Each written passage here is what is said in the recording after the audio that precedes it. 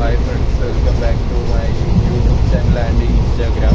അപ്പോൾ ഞാൻ ട്രെയിനിലെ യാത്ര ചെയ്തുകൊണ്ടിരിക്കുന്നത് കുഴപ്പമില്ല, സൂപ്പറാണ്.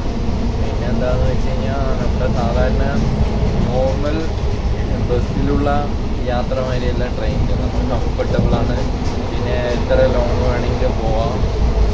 പിന്നെ അതേമാതിരി ട്രാഫിക് ഇല്ല, ഒരു പ്രശ്നവുമില്ല. എല്ലാം കൊണ്ടും നല്ല ബെനിഫിറ്റാണ്. ഞാൻ ഏകദേശമുള്ള എല്ലാ ലോങ് ആയിട്ടുള്ള യാത്രയ്ക്കും കൂടുതൽ ഡിപ്പെൻഡ് ചെയ്യാറുള്ളത് ഞാൻ ട്രെയിനിനെയാണ്. അതാകുമ്പോൾ ചില സമയങ്ങളിൽ മാത്രമുള്ള തിരക്ക് എന്നുള്ളൂ. ഇപ്പോഴൊക്കെ പറഞ്ഞു കഴിഞ്ഞാൽ ട്രെയിൻ ഇപ്പോൾ മൊത്തത്തിൽ കാലിയായി കിടക്കുന്നു.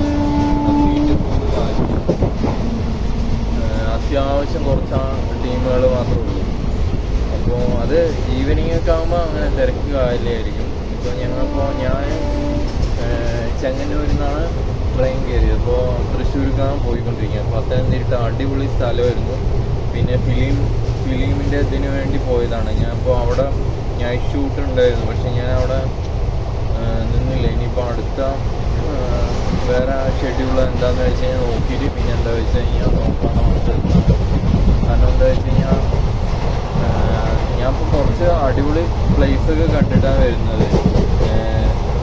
പത്തനംതിട്ടയിലെ ഞാൻ അപ്പോൾ ആദ്യമായിട്ടാണ് ലൈഫിൽ തന്നെ ആദ്യമായിട്ടാണ് പത്തനംതിട്ടൻ്റെ ഉള്ളിലൂടെ ഉള്ള യാത്ര. ആറന്മുള അങ്ങനെ നമ്മൾ അങ്ങനെ പ്ലേസ് കണ്ട ഏരി, ടി വിയിലും അതിലൊക്കെ കണ്ട ഏരിയയിൽ കൂടെ ഒരു ചെറിയൊരു യാത്രയൊക്കെ ചെയ്തിട്ടാണ് ഇപ്പോൾ തിരിച്ചു വരുന്നത്.